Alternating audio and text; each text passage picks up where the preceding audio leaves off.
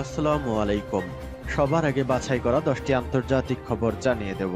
প্রথমেই থাকছে শিরোনাম, তবে তার আগে অনুরোধ থাকবে ভিডিওটিতে একটি লাইক দিবেন। ফিলিস্তিন জিন্দাবাদ জানিয়ে দিব হাতে থাকা সর্বশেষ আপডেট আন্তর্জাতিক সংবাদ। প্রথমেই সংবাদ শিরোনাম, যুক্তরাষ্ট্রের চাপে চীন বিরোধী চুক্তির ব্যাপারে বেইজিং এর হুঁশিয়ারি। এরপর জানিয়ে দিব মৃত্যুর আগে গাজায় যুদ্ধবিরতি চেয়েছিলেন পোপ ফ্রান্সিস। এদিকে ইস্টার যুদ্ধবিরতি শেষ হওয়ার পরপরই ইউক্রেনে রাশিয়ার ক্ষেপণাস্ত্র হামলা। আরও জানিয়ে দিব ইসরায়েলি নাগরিকদের গাজায় প্রবেশের চেষ্টা। সর্বশেষ জানিয়ে দিব ইয়েমেনিদের জন্য স্যাটেলাইট চিত্র ব্যবহার বন্ধের মার্কিন অনুরোধ প্রত্যাখ্যান করেছে চীন। এতক্ষণ শুনছিলেন সংবাদ শিরোনাম, এবারে বিস্তারিত। তবে অনুরোধ থাকবে ভিডিওটিতে একটি লাইক করবেন এবং কমেন্ট করে জানিয়ে দিবেন কোন জেলা থেকে আপনি আমাদের এই ভিডিওটি দেখছেন। যুক্তরাষ্ট্রের চাপে চীন বিরোধী চুক্তির ব্যাপারে বেইজিং এর হুঁশিয়ারি।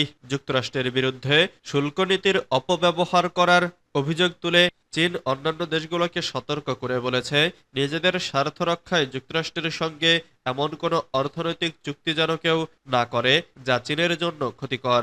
বিশ্বের এই দুই বৃহত্তম অর্থনীতির মধ্যে চলমান বাণিজ্য যুদ্ধের উত্তেজনা আরও বাড়িয়ে দিল চীনের বাণিজ্য মন্ত্রণালয়ের এই বিবৃতিতে বলা হয়, চীনের স্বার্থের ক্ষতি হয় এমন কোনো চুক্তিতে যদি কেউ যুক্ত হয় তাহলে চীন কঠোর ও সমপর্যায়ের প্রতিক্রিয়া দেখাবে। এর আগে ব্লুমবার্গের এক প্রতিবেদনে বলা হয়, ট্রাম্প প্রশাসন এমন একটি পরিকল্পনা করেছে যাতে যেসব দেশ যুক্তরাষ্ট্রের কাছ থেকে শুল্ক ছাড় চায় তাদেরকে চীনের সঙ্গে বাণিজ্য কমাতে চাপ দেওয়া হবে। এতে আর্থিক নিষেধাজ্ঞার কথাও রয়েছে। এই খবর প্রকাশ পাওয়ার পর চীন এই হুঁশিয়ারি দিল। প্রেসিডেন্ট ডোনাল্ড ট্রাম্প এর আগে 2 এপ্রিল বিশ্বের বহু দেশের ওপর শুল্ক আরোপের ঘোষণা দেন, তবে অনেক দেশের ওপর সেই শুল্ক পরে স্থগিত করা হয়। অথচ চীনের ওপর কঠোর শুল্ক অব্যাহত রাখা হয়, যা এখন 145% পর্যন্ত পৌঁছেছে। পাল্টা প্রতিক্রিয়ায় চীন ও যুক্তরাষ্ট্রের পণ্যের ওপর 125% শুল্ক আরোপ করেছে। তবে সম্প্রতি চীন ইঙ্গিত দিয়েছে তারা আপাতত আর শুল্ক বাড়াবে না। চীনের বাণিজ্য মন্ত্রণালয়ের মুখপাত্র বলেন, যুক্তরাষ্ট্র তথাকথিত সমতার অজুহাতে সব বাণিজ্য অংশীদারদের ওপর শুল্ক আরোপ করেছে এবং অন্যদের পাল্টা শুল্ক আলোচনায় জোর করেছে। তিনি আরো বলেন, চীন দৃঢ়ভাবে তার স্বার্থ রক্ষা করতে সক্ষম এবং অন্য দেশগুলোর সঙ্গে দৃঢ় ঐক্য গড়তে আগ্রহী। মৃত্যুর আগে গাজায় যুদ্ধবিরতি চেয়েছিলেন পোপ ফ্রান্সিস। বিশ্ববাসীর ভালোবাসা পাওয়া ক্যাথলিক খ্রিস্টানদের ধর্মীয় নেতা পোপ ফ্রান্সিস আর নেই। স্থানীয় সময় সোমবার 21 এপ্রিল ভোরে ভ্যাটিকানে শেষ নিঃশ্বাস ত্যাগ করেন এই মানবিক নেতা। মৃত্যুকালে তার বয়স হয়েছিল 88 বছর।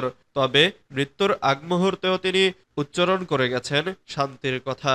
ফিলিস্তিনের অবরুদ্ধ গাজা উপত্যকার দিকে ইঙ্গিত করে বলেছেন, যুদ্ধ থামাও, জিম্মিদের মুক্ত করো, শান্তির পথে এগিয়ে চলো।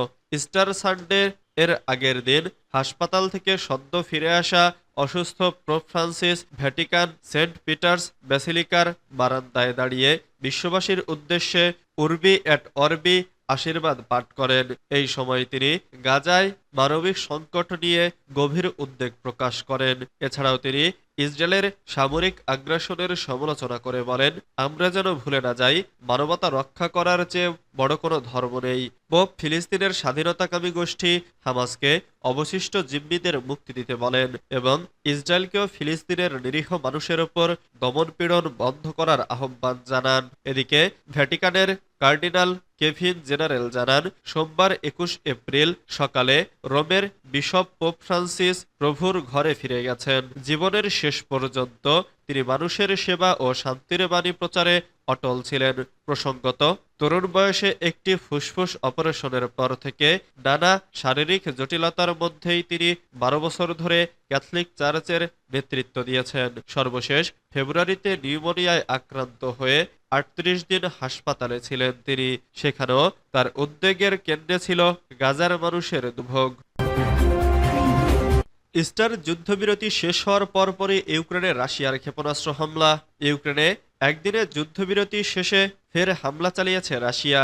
সোমবার 21 এপ্রিল ভোরে ইউক্রেনকে লক্ষ্য করে ক্ষেপণাস্ত্র এবং ড্রোন হামলা চালায় মস্কো।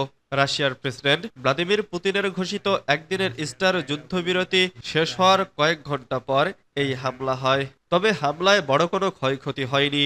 আঞ্চলিক ইউক্রেনীয় কর্মকর্তারা সোশ্যাল মিডিয়ায় জানিয়েছেন, হামলায় তাৎক্ষণিকভাবে হতাহত বা বড় ক্ষয়ক্ষতির খবর পাওয়া যায়নি।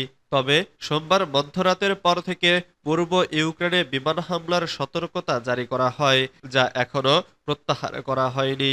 ইউক্রেনীয় বিমান বাহিনীর তথ্য অনুসারে কিয়েভ এবং কেন্দ্রীয় অঞ্চলগুলোকে প্রায় 1 ঘন্টার সতর্কবার্তা জারি করা হয়েছিল। ইউক্রেনের রাজধানীতে হামলার কোনো খবর পাওয়া যায়নি।